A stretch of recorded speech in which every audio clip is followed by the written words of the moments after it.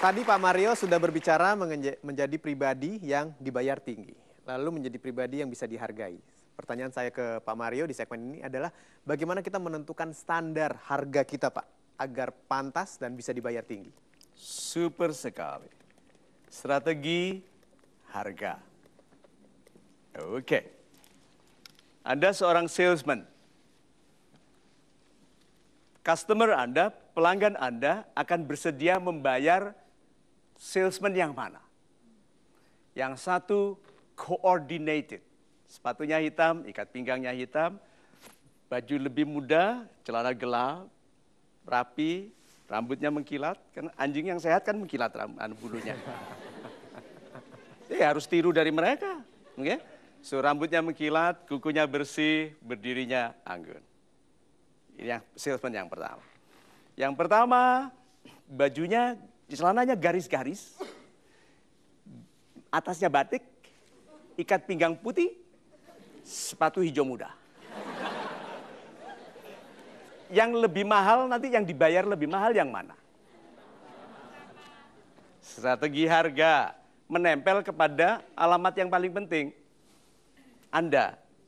Jadi kalau begitu, jadilah pribadi yang lebih mahal. Bukan hanya dari yang Anda kenakan. Waktu masih muda, dulu saya ingin menggunakan jam atau kelihatan Pak tampil pakai mobil yang baik. Tapi setelah lebih tua saya tahu bahwa bukan itu yang dihormati orang. Nama. Jadi bangun nama, bangun nilai di dalam nama Anda. Dan itu dimulai dari yang kelihatan. Jadi pastikan Anda kelihatan enak, didengar enak, salamannya hangat, ke bawah 1 kali atau 2 kali. Jangan ke samping. Oke? Orang yang salamannya ke samping pasti mau utang. Ono duit tak? Gitu kan? Oke, nah. Kalau uang yang bisa Anda hasilkan dari satu pelanggan tidak besar. Tidak besar. Coba contohnya saja. Berapa tidak besar dari satu pelanggan?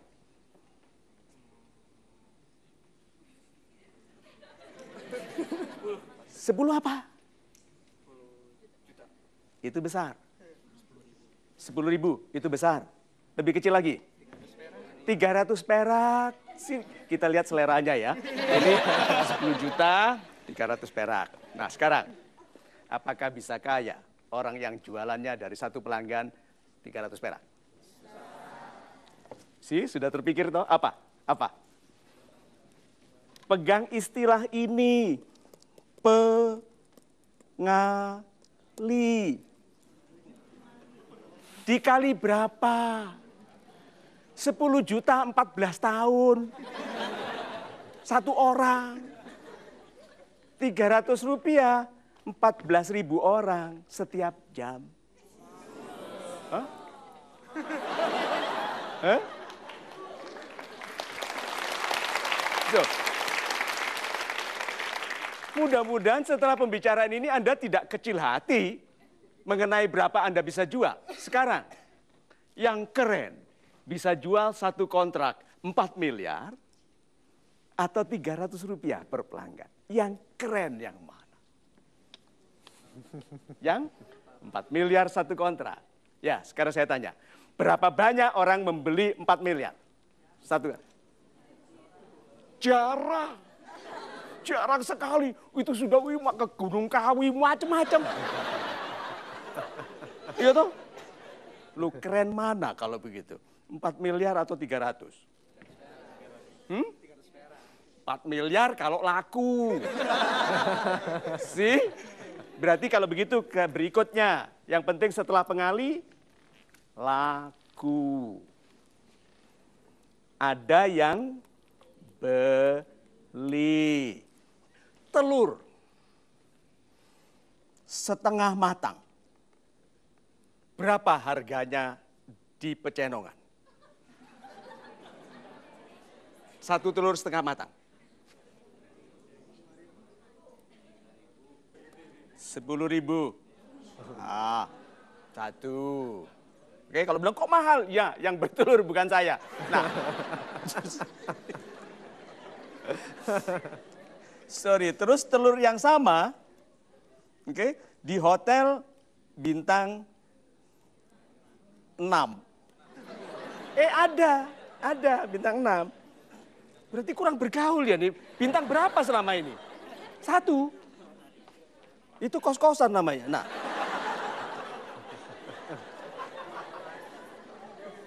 Hotel bintang 1. Nah, telur mau murahan, pantes bintang 1. Nah, sekarang di bintang 6, telur ini 1 berapa? Berapa? Enggak, terakhir saya ke sana. Katakan saja Rp65.000. Nih, apa yang membedakan?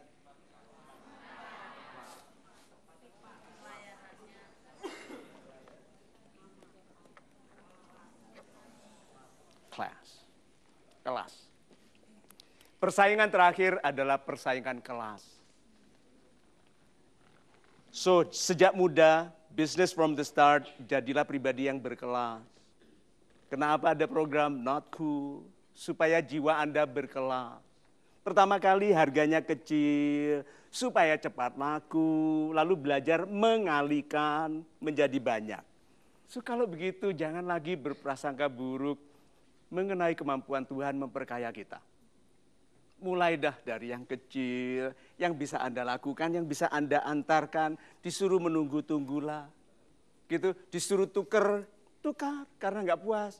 Terima dulu, yang penting banyakkan. Lalu belajar mendewasakan diri, mematangkan diri menjadi pribadi yang namanya mahal sekali. Itu. Baik, sekarang saya lanjutkan dengan pertanyaan kepada Pak Mario, tapi sudah kami rekam sebelumnya. Kita lihat sama-sama. Halo Pak Mario, salam super. Saya Dedi, saya seorang wirausaha yang bergerak di bidang tanaman hias. Bagaimana caranya menjadi seorang wirausahawan yang sukses? Sedangkan selama ini yang saya lihat banyak pendidikan yang lebih tinggi yang bisa menjadi sukses seperti itu. Sedangkan saya selama ini hanya mengenyam pendidikan sampai dengan SLTA. Saya mohon solusi dari Pak Mario Teguh. Terima kasih Pak Mario. Salam super. Super.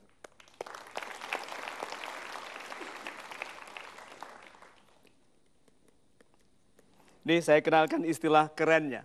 Self-induced limitations. Batasan yang dibuat oleh diri sendiri. Yang memberitahu beliau dibatasi oleh pendidikan siapa? Yang meyakininya? Yang mengubah perilaku karena yang diyakininya? Beliau sendiri. Nah, ini loh sederhananya. Siapapun yang berdagang di pinggir jalan, ini masukannya. Setiap orang itu bergetar. Mau jatuh kemana? Contohnya, setiap orang kan akan beli pulsa untuk teleponnya. Iya. Mau beli handphone. Iya. Beli mobil. Mau makan. Nah, bergetarnya mau kemana? Nah, apakah Anda aktif berdiri di luar? Menarik orang jatuh ke arah Anda. Atau Anda hanya diam di baliknya toko, tanaman hias itu sambil melihat, aku nggak sekolah, nggak boleh. Aku nggak sekolah mana bisa kaya. Atau Bapak keluar, hey ladies. Ya toh, langsung terkenal tukang tanaman yang titisan Elvis. See?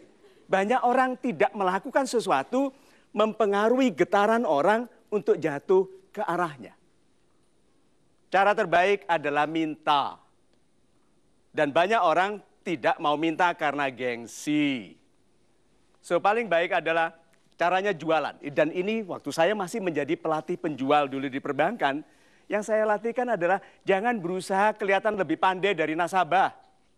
Jadi training saya waktu itu sederhana sekali. Waktu bertemu satu, sampaikan salam yang membuat Anda diingat. Selamat pagi Bapak, saya senang sekali ketemu dengan Anda. Apakah saya diizinkan duduk? Dia setelah duduk, setelah ramah, puji. Bapak hebat sekali, this is beautiful office. Bapak rupanya seorang olahragawan yang hebat. Itu saya lihat piala tenis, piala golf, piala sepak bola, piala renang. Bukan main Bapak atlet yang hebat. Bukan, Dek, kami pabrik piala.